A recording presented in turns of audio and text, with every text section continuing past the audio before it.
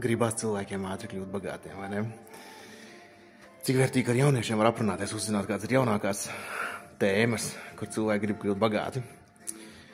Šodien stāstīju jauniešiem lekcijas, un pēdējā lekcijā šodien uzzinājumā paši jaunieši pastāstīja par tādu jaunu tēmu. Viņi sāk interesēties par futuriem, un sāk stāstīt to, ka ir tāda viena platforma, kur var, to jāpierāda sevi ar tirniecības rezultātiem, un tad, tu vari kļūt par traderi, jau tur dod naudu treidot, un attiecīgi pēc tam no šīs naudas var saņemt arī daļu peļņas.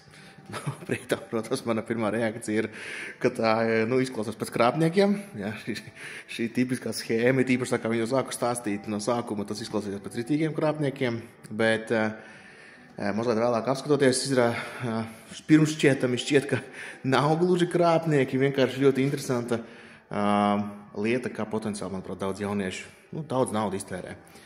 Kas tur ir jādara? Jāatver konts. Lai tu varētu sākt darboties, tev ir jāsamaksā $50, un tad tev ir jāsasniedz peļņas mērķis. Tirgošanas notiek ar futuriem. Ir ļoti agresīvi šie peļņas mērķi,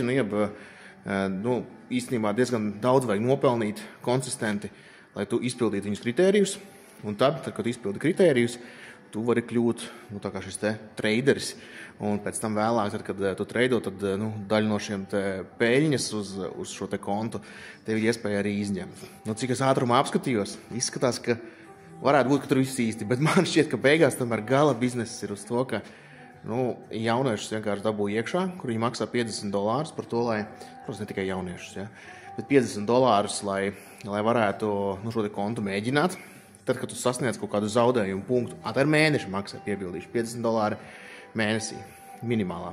Ir arī vairāk, lielāki konti pieejami, bet $50, ja. Un tad, kad tu sasniedz kaut kādu zaudējumu punktu, kas nav pārāk liels, ar futuriem, lai ātri kaut ko dabūtu, jāņem kredītplēts, līdz ar to var diezgan ātri sasniegt. Un tad tu vari izmantot iespēju reset. Ja vēlreiz samaksāt $50 un mēģināt vēlreiz. Un tad tagad šķiet, ka, cik es varēju noprast, šī ir top tēma. Tā teikt, tad jaunieši mēģina treidot, spekulēt ar šiem futuriem, maksā $50, citi pa vairākām kārtām, citi gudrāk, citi jau tur pamēģina dažus mēnešus tā, lai tur sanāk kaut kas citos tur kontos, bezmaksas vietnēs, un tad tikai iet maksāt. Bet, jebkurā gadījumā šķiet, ka tas izdošanās rate, jeb izdošanās rādītājs, es domāju, ka ir diezgan zems. Un līdz ar to beigās sanāk tā, ka jaunieši vienkārši diezgan daudz beigās būs samaksājuši par to, ka viņi kaut kur mēģina kaut ko sadarīt. Ja tajā laikā sanāk iemācīties treidot un kādas stratēģijas apgūt, ļoti labi, bet es domāju, ka var tā arī nesanākt. Domājam kārtīgi, vai ne? Nav iespējams nemaz tik ātri vienkārši tur satreidot, un nav tas tik tā vienkārši. Un kaut kā man šķiet, ka beigās tomēr tas bizness balstās uz to, ka lai tie cilvēki mēģinot maksāt tos $50 mēnesī, ja jau sanāks, tad arī var viņus izskatīt. Bet tikmēr labi varēs padzīvot firma uz $50 mēnesī no katra lietotāja. Vai ne?